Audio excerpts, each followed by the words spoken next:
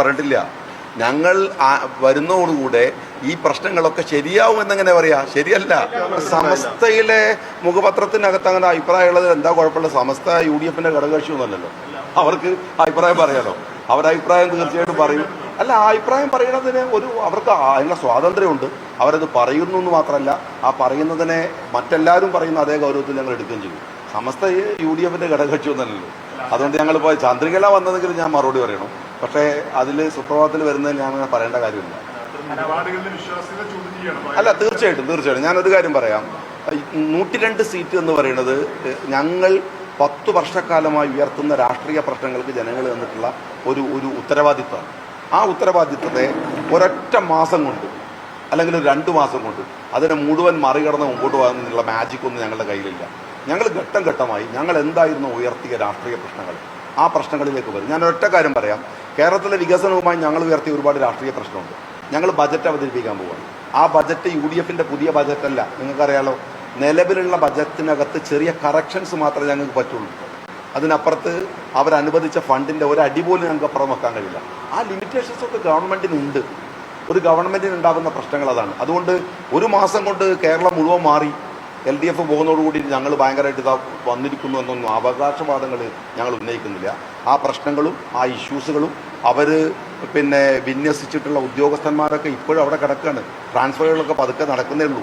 ഇതൊക്കെ മാറ്റിക്കഴിഞ്ഞാൽ മാത്രമാണ് ഒരു UDF പൂർണ്ണാർത്ഥത്തിലുള്ള മുന്നേറ്റത്തിനുള്ള സമയം ഞങ്ങൾക്ക് കിട്ടും. നിങ്ങൾ ചോദിക്കുന്നത് ഒരു 6 മാസം കഴിഞ്ഞാലും ആ ചോദ്യങ്ങൾ കുറെ കൂടെ റെലവൻ്റാണെന്ന് ഞാൻ വിചാരിക്കുന്നു. 2 മാസം കൊണ്ട് എന്ത് സംഭവിച്ചു എന്ന് ചോദിച്ചാൽ 2 മാസം കൊണ്ട് അതുമാത്രം എന്തെങ്കിലും സംഭവിക്കാനൊരു സമയം വേണ്ടേ? ആ സമയം ഞങ്ങൾക്ക് കിട്ടിയിട്ടില്ല എന്ന് ഞാൻ പറയുന്നത്. ഷാജിക പറഞ്ഞത് നേരത്തെ UDF അധികാരത്തിൽ വന്നാൽ ഈ PMC പദ്ധതി എടുത്ത് അറബിക്കടലിൽ എറിയും എന്നായിരുന്നു ഷാജിഖാന് തന്നെ പ്രസംഗം. അതുണ്ടാകുന്നില്ല എന്നാണ് ഇപ്പോൾ വരുന്ന വിമർശനം. ഞാൻ പറഞ്ഞല്ലോ, അതിനുള്ള ഉത്തരം കൂടിയാണ് ഞാൻ പറഞ്ഞത്. അത് അറബിക്കടലിൽ ഇവിടുന്ന് പോയിട്ടൊന്നുമില്ല. ഈ ചില വാചകങ്ങളുടെ പ്രയോഗം വെച്ചിട്ട് ഒരു സർക്കാരിൻ്റെ ഒരു സാധനത്തെ ഞാനൊരു രാഷ്ട്രീയ പ്രസംഗത്തിന് അറബിക്കടലിൽ എറിയുന്ന പറഞ്ഞാൽ പിറ്റേന്ന് കൊണ്ടേറ്റ് ബുക്കെറിഞ്ഞാൽ പോരല്ലോ. ഇതിനതിന് നടപടിക്രമങ്ങളില്ലേ? അപ്പം ആ പ്രയോഗത്തെ എടുത്തിട്ട് ശിവൻകുട്ടി അദ്ദേഹത്തിൻ്റെ പോസ്റ്റിലിടുന്ന മാതിരി നിങ്ങൾ ചോദിക്കരുത്. അതൊക്കെ അതിൻ്റെ അർത്ഥം എന്താണ്? ഞങ്ങൾ PMCക്ക് എതിരാണെന്നാണ്. ഞങ്ങൾ പറഞ്ഞതിന് നിസ്സാരമല്ല കേട്ടോ, ഞങ്ങളതിനെതിരാണെന്ന അർത്ഥം. ആ അല്ലാന്ന് ഞാൻ പറഞ്ഞിട്ടില്ല. ഞങ്ങൾ വരുന്നതോടുകൂടെ ഈ പ്രശ്നങ്ങളൊക്കെ ശരിയാവുമെന്നെങ്ങനെ പറയാ? ശരിയല്ല. PMCയെ ഞങ്ങൾ അനുകൂലിക്കണില്ല. ഞങ്ങൾ സർക്കാരിൻ്റെ ഒരു പോളിസി ആയിട്ട് തന്നെ പറഞ്ഞു, കേന്ദ്രവുമായിട്ടുള്ള ഐഡിയോളജിക്കലി ചില പ്രശ്നങ്ങളുണ്ട്. അതിൽപ്പെട്ടാണ് PMC എന്ന് പറയുന്നത്.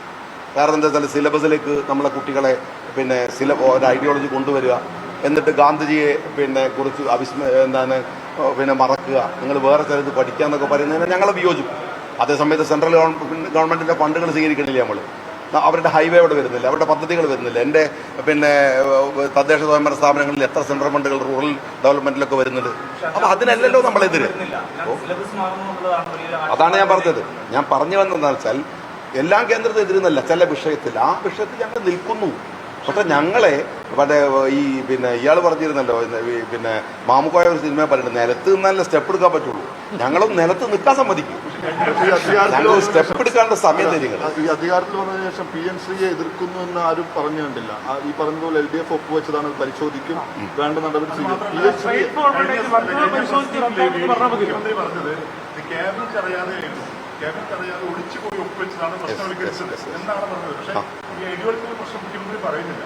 പറഞ്ഞു, മുഖ്യമന്ത്രി പറഞ്ഞത് മാത്രമല്ല, ഞങ്ങൾ ഒളിച്ചു വെച്ചു ഒപ്പുവെച്ചു എന്ന് പറഞ്ഞില്ല, ഒപ്പുവെച്ചു. അതാ പ്രശ്നം. വെച്ചത് കേരളത്തിൻ്റെ മുഖ്യമന്ത്രി സഖാവ് പിണറായി വിജയൻ എന്നുള്ളതല്ല വിഷയം, വിദ്യാഭ്യാസ മന്ത്രി എന്നുള്ളതല്ല വിഷയം. പിണറായി വിജയൻ വെച്ച ഒപ്പൊന്നും അദ്ദേഹം മുഖ്യമന്ത്രി സ്ഥാനത്ത് നിന്ന് മാറിയാൽ പോവില്ല. അതൊരു സർക്കാരിൻ്റെ ഒപ്പാണ്, ഗവൺമെൻറ്റിൻ്റെ ഒപ്പാണ്. ആ ഒപ്പിനെ അതിൽ നിന്ന് എങ്ങനെ പോകണം എന്നുള്ളത് 1.5 മാസം കൊണ്ട് തീരുമാനിക്കാൻ കഴിയുന്നതല്ല. അതിൻ്റെതായ പ്രശ്നമുണ്ടെന്ന് നിങ്ങൾക്ക് നന്നായിട്ട് അറിയാം. എന്നെ വേണമെങ്കിൽ അത്തരത്തിലൊരു ഭരണപക്ഷത്തെ ഒരു ഉത്തരവാദപ്പെട്ട ആളെന്നുള്ള നിലക്ക് ഇങ്ങനെ ചോദിച്ച് നിങ്ങൾക്ക് ബുദ്ധിമുട്ടിക്കാം. പക്ഷേ അത് ജനങ്ങളെ കൺവിൻസ് ചെയ്യാൻ നിങ്ങൾക്ക് കുറച്ച് പ്രയാസം ഉണ്ടാവും. കാരണം ആളുകൾക്ക് അതിൻ്റെ ഒരു സെൻസ് ഉണ്ടാവില്ലേ. 1.5 മാസം കൊണ്ട് ഇതൊക്കെ ഒറ്റയടിക്ക് മാറ്റാൻ കഴിയുന്നൊന്നല്ല എന്ന് എല്ലാവർക്കും അറിയാമല്ലോ. ഞാൻ പറഞ്ഞല്ലോ, നിങ്ങൾ നിലത്ത് നിൽക്കാൻ സമയത്ത് സ്റ്റെപ്പുകൾ എടുക്കും. ഇടത് സർക്കാർ പറയുമായിരുന്നു സാമ്പത്തികമായി കേന്ദ്ര സർക്കാർ ഞെരുക്കുകയാണെന്നുള്ള നിലപാടായിരുന്നു. അതേ അഭിപ്രായം UDF-നുണ്ടോ? അല്ല, അങ്ങനെ ഞെരുക്കുക എന്ന് പറയാനും ഞങ്ങൾ ഫണ്ടുകളെ കുറിച്ച് പോലും ധാരണയല്ല വരുന്നത്. ഞങ്ങളെ ഫണ്ടുകളുടെ പുതിയ അപേക്ഷകൾ കൊടുക്കാനിരിക്കുന്നു.